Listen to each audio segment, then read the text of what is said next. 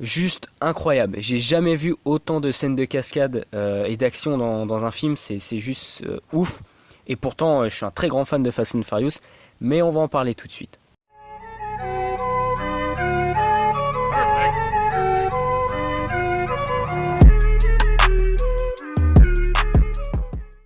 Bonjour tout le monde, j'espère que vous allez bien, en tout cas moi ça va très bien. Aujourd'hui on se retrouve pour mon avis sur Fast and Furious Hobbs et Shaw, voilà le tout premier spin-off de la saga Fast and Furious qui était énormément attendu par les fans, donc du coup énormément attendu par moi. J'avais très hâte de voir ce spin-off parce que c'est on va dire le premier film qui est dérivé de la saga mais qui est toujours en rapport parce qu'on a deux personnages assez principaux de la saga du coup qu'on va suivre dans une aventure mais solo, c'est-à-dire que ça n'impactera pas ce qu'on connaît actuellement dans Fast and Furious et ce que normalement on va connaître dans Fast and Furious. Et ce qui est plutôt cool à savoir, c'est que normalement on est censé avoir un spin-off féminin, donc à voir si ces spin-offs seront peut-être en relation ou ça proposera encore une autre saga mais version vraiment féminin. Donc voilà, donc cette vidéo sera divisée en 3 parties. La première partie, un résumé très rapide du film. En deuxième partie, on aura mon avis sans spoiler. Et en troisième partie, on aura du coup mon avis avec spoiler. Donc c'est parti. Donc on commence par le résumé du film. Donc pour ceux qui connaisseraient pas du tout l'histoire de ce film, c'est en fait deux personnages de la grande saga Fast and Furious, Hobbs et Shaw, donc qu'on connaît plutôt bien. Hobbs qui est un agent qu'on connaît depuis Fast and Furious 5, qui était à la base censé arrêter Vin Diesel et toute sa bande et qui finalement a été leur allié, et du coup Shaw qui était le méchant dans Fast and Furious 7 mais qui finalement les a rejoints en quelque sorte dans Fast and Furious 8. Donc ces deux personnages à la base qui s'entendent pas du tout dans Fast and Furious, ils sont toujours la guerre mais on sait que derrière il y a quand même un petit côté affectif, bien qu'ils aiment bien se taper dessus et s'insulter, et d'ailleurs on va en parler dans le film de ça. Mais donc du coup ces deux personnages vont devoir affronter un grand méchant qui s'appelle Brixton Lore, interprété par Idris Elba. Donc Hobbs est interprété, pour ceux qui ne le savent pas, par Dwayne Johnson, et Deckard Shaw est interprété par Jason Statham. Donc du coup Brixton Lore est en fait un humain modifié, c'est-à-dire qu'on lui a apporté beaucoup de modifications qui fait que du coup il est très puissant, il arrive à taper très vite, il arrive à faire des trucs de ouf que personne ne peut faire. Donc du coup il est en fait génétiquement modifié et il veut en fait s'emparer d'un virus, un virus qu'ils ont conçu pour tout simplement anéantir le monde. Alors en fait ils veulent contaminer le monde pour pouvoir dominer par la suite et créer une nouvelle race humaine. Sauf que du coup Vanessa Kirby qui interprète Hattie Shaw, qui est la sœur de Deckard Shaw, va donc du coup l'en empêcher en prenant le virus et en évitant du coup qui l'attrape, et tout ça voilà sur des scènes d'action de ouf. Et bien sûr on a d'autres personnages qui vont arriver à côté, donc je vais pas en citer quelques-uns parce que il faut que ça reste secret. Dans le film c'est un peu inattendu, donc ça sera dans la partie spoiler, mais il y a d'autres personnages qui vont intervenir dans le film, qu'on peut notamment voir et qu'on connaît peut-être déjà, comme Eiza Gonzalez qui est Madame M.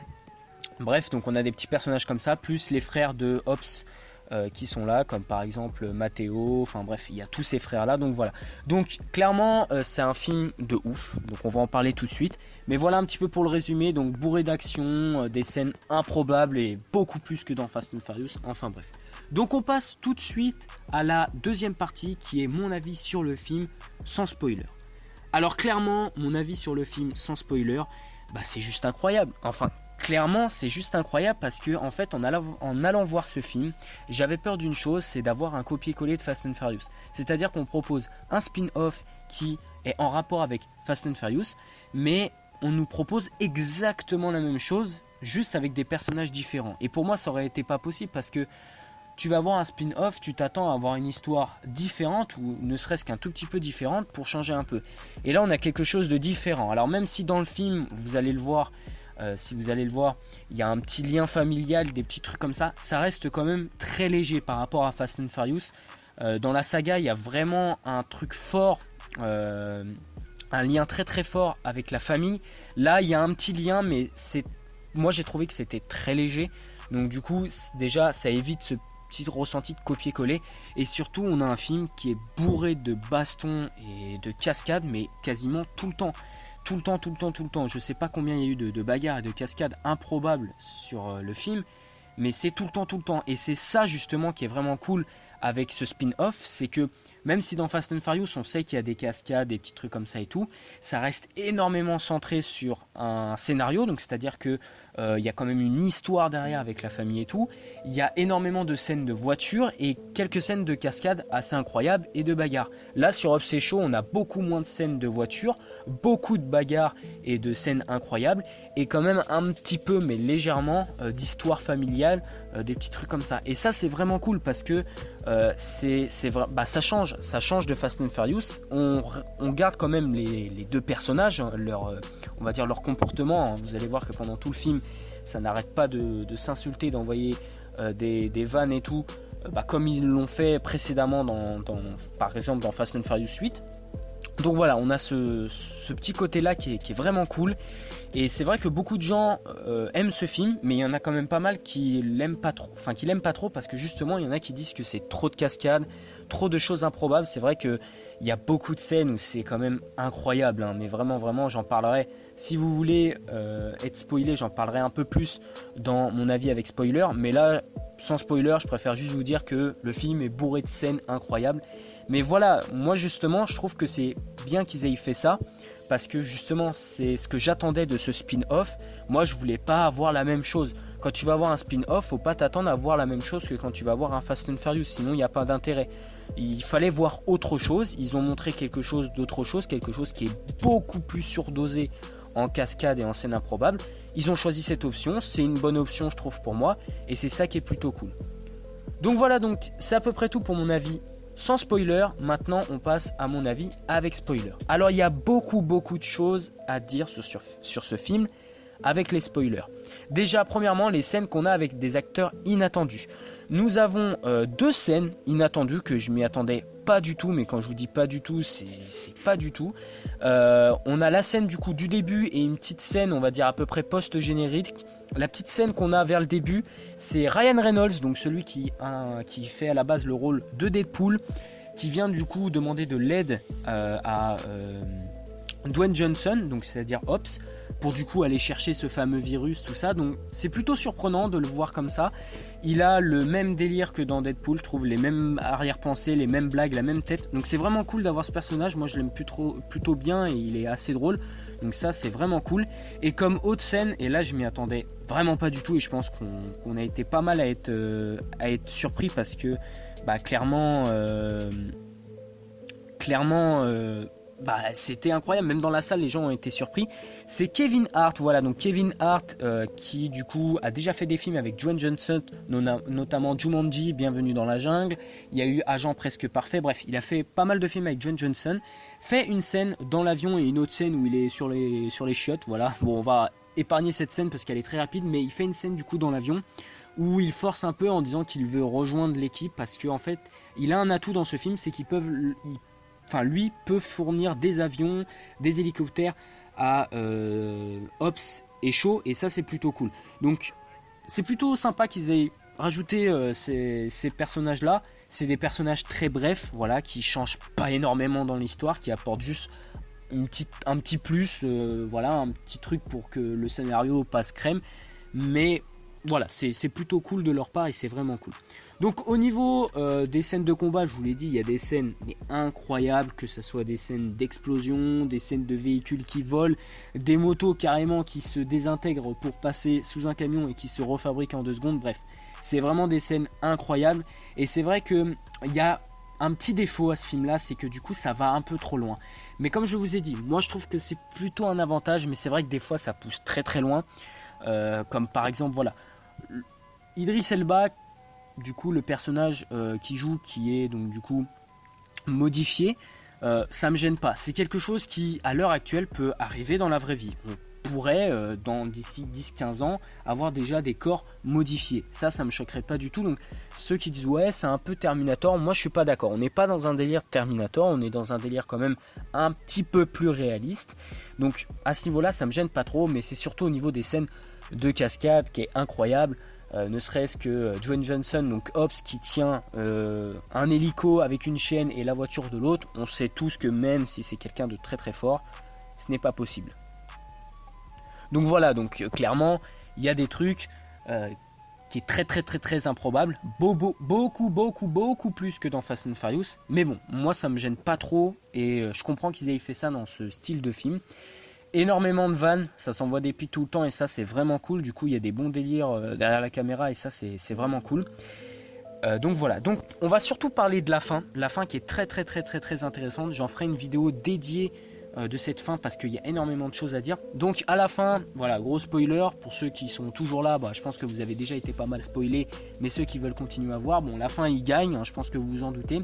Et comment il gagne? Tout simplement, il s'en rend compte qu'il ne faut pas qu'ils se battent chacun de leur côté, c'est-à-dire qu'à chaque fois il y en a un qui voulait combattre Idris Elba, donc du coup celui qui est génétiquement modifié tout seul, donc c'est-à-dire que par exemple Hobbs voulait le battre tout seul, il ne voulait pas que Shaw l'aide, et il se rend compte à la fin que le seul moyen de le vaincre c'est vraiment de se bagarrer à deux, et il faut qu'il y en ait un qui prenne un coup le temps que l'autre lui tape dessus, et c'est comme ça qu'il s'en rend compte qui gagne.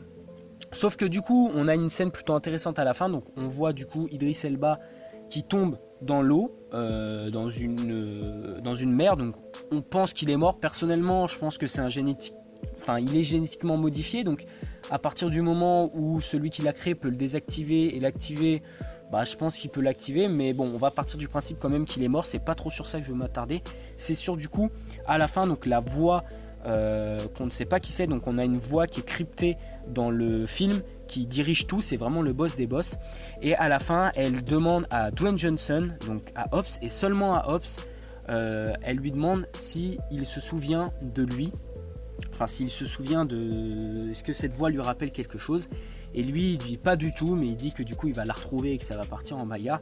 Donc là il y a énormément de choses qu'on fuité. Il y en a qui disaient du coup que ça serait Ryan Reynolds, du coup qui serait finalement le méchant. Personnellement je pense que c'est pas logique, surtout après la scène qu'on a, c'est pas dans la logique personnellement. Donc ça je le mets vraiment de côté. Il y a deux choses qui peuvent être possibles, mais une qui va clairement, on va dire, changer d'avis par rapport à ça, le fait du film, c'est que cette voix serait donc du coup Cypher, donc c'est-à-dire la méchante qui s'est échappée à la fin du 8. Personnellement je pense pas, parce que c'est clair et net que on voit dans ce film qu'ils veulent vraiment faire un spin-off et quelque chose qui, certes, c'est deux personnages de Fast and Furious, mais on veut pas toucher à la saga. Et c'est-à-dire que reprendre un méchant qui était présent dans la saga, donc notamment Cypher, qui était du coup joué par Charlize Theron, ça serait un petit peu tricher, ça serait un petit peu reprendre un méchant de cette saga, et surtout que ça serait pas logique dans ce qui devrait arriver dans Fast and Furious 9, car on a appris que Charlize Theron revenait dans son rôle de Cypher, donc du coup ça serait pas logique. Pour moi c'est ce détail là qui fait que ça serait pas logique. Le seul truc que j'ai vu nulle part et qui est pourtant hyper logique, c'est que ça pourrait être tout simplement le père de Hobbs. Il faut savoir que le père de Hobbs normalement a été envoyé en prison, c'est-à-dire que dans le film Hobbs explique du coup à la sœur de Shaw qu'il a envoyé son père en prison parce qu'il leur faisait faire à ses fils, donc à lui et à ses frères, il leur faisait des coups de plus en plus durs, de plus en plus dangereux, et il a décidé de dénoncer son père, donc il a envoyé son père en prison, et après il a décidé de fuir son pays natal, et donc du coup dans la logique on pourrait dire que son père a été en prison, mais a voulu continuer ces coups là, mais tout seul dans son coin, ne pas remettre sa famille dans la merde, ou peut-être une autre histoire derrière, mais c'est vrai que ça pourrait être largement le père de Hobbs. Et surtout à la fin, quand cette voix s'adresse à Hobbs, cette voix s'adresse pas aux deux, elle s'adresse vraiment qu'à Hobbs. Donc pour moi je pense clairement que ça pourrait être son père. Clairement pour moi ça pourrait être largement son père, parce que on dirait que là Shaw n'est pas du tout dans l'histoire, c'est vraiment Hobbs qui est dans l'histoire, et ça pourrait être dans la logique. Donc ça pour moi c'est vraiment le truc à retenir. J'en ferai une vidéo encore plus précise, plus dédiée, pour expliquer comment ça pourrait se passer, les fuites qu'on aura peut-être d'ici là, mais pour moi ça serait dans cette logique là. Donc voilà, donc la vidéo s'arrête là. Voilà, donc c'est à peu près tout.